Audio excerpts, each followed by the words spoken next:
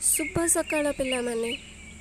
आजिर विज्ञान कालांश को समस्त को पुणी थरे सुस्वागतम।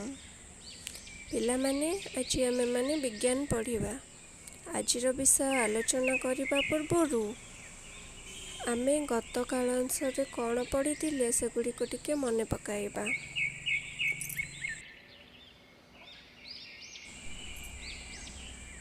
गत कालांश रे आमे गुल्म और तृण विषय रे आलोचना करिथिले। गुल्म और तृण विषय रे जानिथिले एवं गुल्म जातीय और तृण जातीय उद्भिद गुडी को चिन्हिथिले।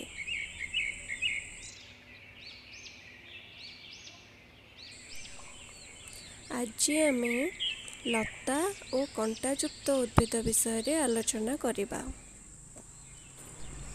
तो प्रथमे आमे लता विषय रे आलोचना करिबा। तो आस लता विषय रे जानिबा और लता जातीय उद्भिद गुडी को चिन्हिबा।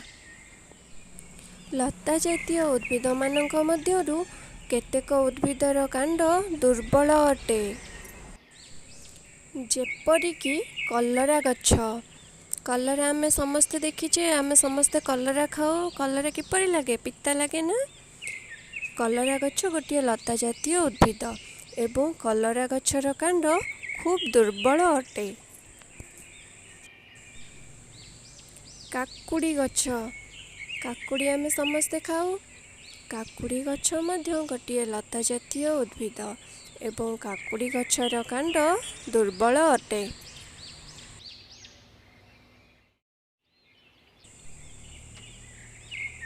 एही लता जातीय उद्भिद गुड़िक भूमि उपरे सीधा भावरे बढ़ी पारंती नाही। एमाने माटी बा अन्य जिनिस को आश्रय करी बढ़ंती।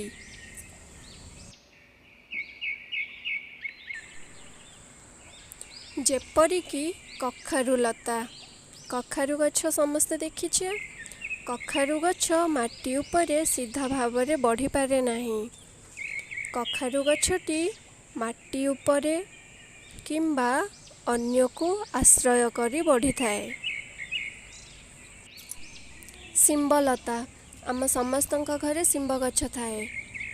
शिंब आमे समस्ते खाऊ। शिंब गछ माटी उपरे सीधा भावरे बढ़ी पारे नाही। शिंब गछ मध्य अन्य जिनिस को आश्रय करी बढ़ी थाए।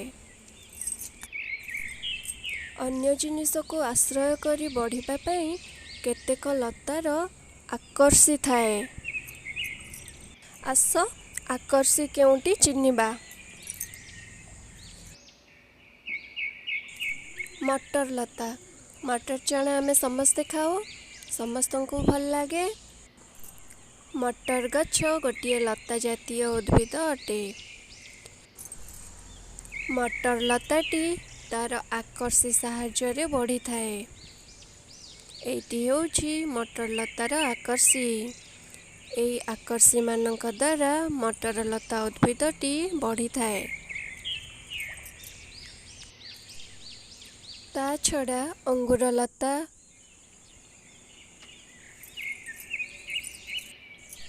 तरभुज लता मध्य सेमानंकर आकर्षी साहाय्य रे बढ़ी थांती।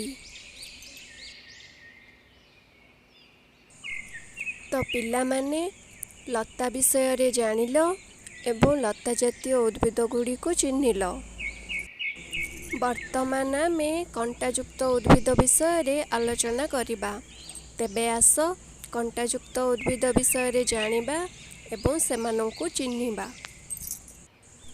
कंटायुक्त उद्भिद मानक मध्यरु केतेक उद्भिद रे कंटा थाए। जेपरिकी गोलाप गछ। गोलाप गछ रे कंटा थाए। लेंबू गछ। लेंबू गछ रे मध्य कंटा थाए। कागज फूल गछ।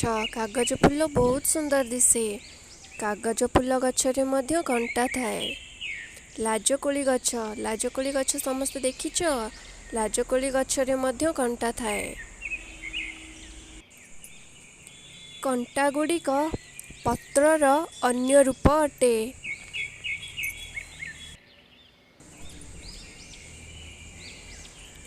କଣ୍ଟା ଉଦ୍ଭିଦକୁ ପଶୁ କବଳରୁ ରକ୍ଷା କରିଥାଏ। ତ ପିଲାମାନେ, କଣ୍ଟା ଉଦ୍ଭିଦକୁ ପଶୁ କବଳରୁ କିପରି ରକ୍ଷା କରିଥାଏ ତମେମାନେ ଜାଣିଛ? ଆମେ ଗଛ ଲଗାଇଥାଉ, ଗଛ ଗୁଡ଼ିକୁ ପଶୁମାନେ ଖାଇଦିଅନ୍ତି। କିନ୍ତୁ ଯେଉଁ ଉଦ୍ଭିଦ ଗୁଡ଼ିକରେ କଣ୍ଟା ଥାଏ ସେ ଉଦ୍ଭିଦ ଗୁଡ଼ିକୁ ପଶୁମାନେ ଖାଆନ୍ତି ନାହିଁ। ତ କଣ୍ଟା ଉଦ୍ଭିଦକୁ ପଶୁ କବଳରୁ ରକ୍ଷା କରିଥାଏ।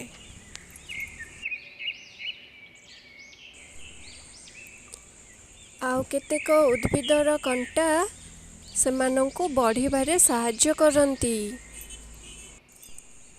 ଯେପରି କାକ୍ଟସ୍ ଗଛ, ସପ୍ତଫେଣି ଗଛ, ନାଗଫେଣି ଗଛ, ଏହି ଉଦ୍ଭିଦ ଗୁଡ଼ିକର କଣ୍ଟା ଏମାନଙ୍କୁ ବଢ଼ିବାରେ ସାହାଯ୍ୟ କରନ୍ତି। ତ ପିଲାମାନେ ଭଲ ଭାବରେ ମନେ ରଖିବା। ଲତା, କେତେକ ଉଦ୍ଭିଦର କାଣ୍ଡ ଦୁର୍ବଳ ଅଟେ। ଏମାନେ ଭୂମି ଉପରେ ସିଧା ଭାବରେ ବଢ଼ି ପାରନ୍ତି ନାହିଁ। ଏମାନେ ମାଟି ବା ଅନ୍ୟ ଜିନିଷକୁ ଆଶ୍ରୟ କରି ବଢ଼ନ୍ତି। ଆଶ୍ରୟ କରି ବଢ଼ିବା ପାଇଁ କେତେକ ଲତାର ଆକର୍ଷିଥାଏ। କଣ୍ଟାଯୁକ୍ତ ଉଦ୍ଭିଦ, କେତେକ ଉଦ୍ଭିଦରେ କଣ୍ଟା ଥାଏ। କଣ୍ଟା ଗୁଡ଼ିକ ପତ୍ରର ଅନ୍ୟ ରୂପ ଅଟନ୍ତି। କଣ୍ଟା ଉଦ୍ଭିଦକୁ ପଶୁ କବଳରୁ ରକ୍ଷା କରେ। କେତେକ ଉଦ୍ଭିଦରେ କଣ୍ଟା ଏହାକୁ ବଢ଼ିବାରେ ସାହାଯ୍ୟ କରେ। ତ ପିଲାମାନେ ଭଲ ଭାବରେ ଏଗୁଡ଼ିକୁ ମନେ ରଖିବା ଓ ନିଜ ଖାତାରେ ଲେଖିନେବା।